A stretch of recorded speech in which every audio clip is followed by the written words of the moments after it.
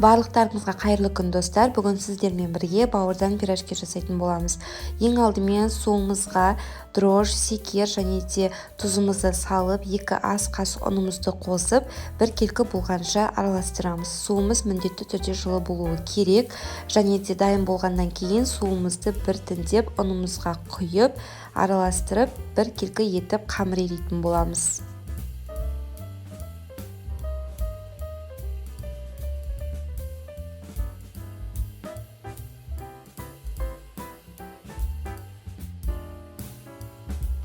Дайын болған қамырымызға сұйық май құйып, тағы да илеп, жылы жерге бетін жауып 1 сағатқа қалдырамыз.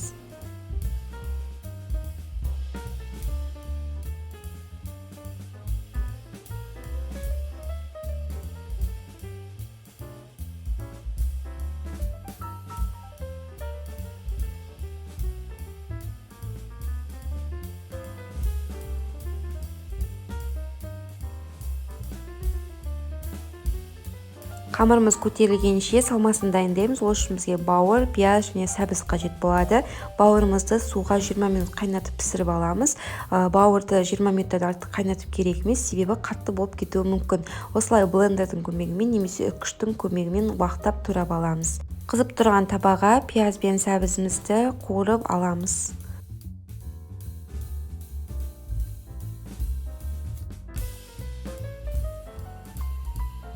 Пияз бен сәбізді қуырып алды. Енді осыны бауырға қосып, тұзы бар үшін салып, араластырып аламыз.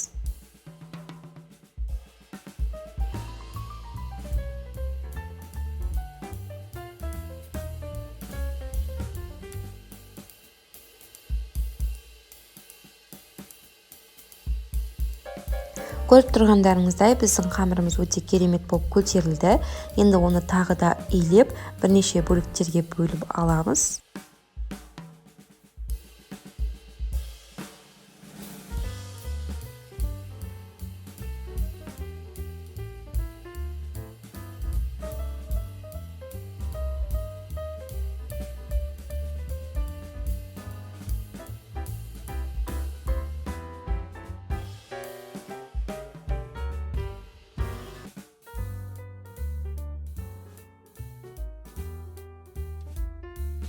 Оқтаудың көмегімен жайып, салмасын салып, әдемілеп түйіп шығамыз.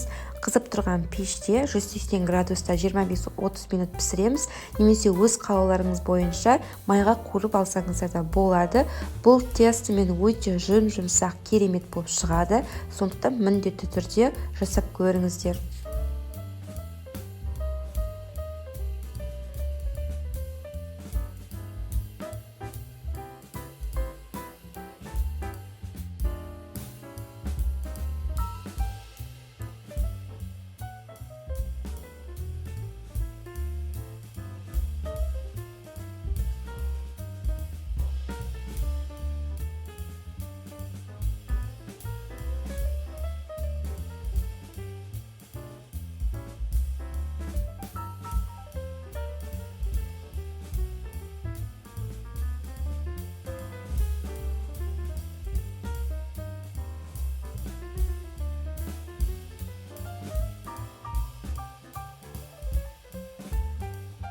Көріп тұрғандарыңыздай қамырымыз өте әдемі көтерілген, бір жасағаннан керемет болып шығады, әрі жұмсақ.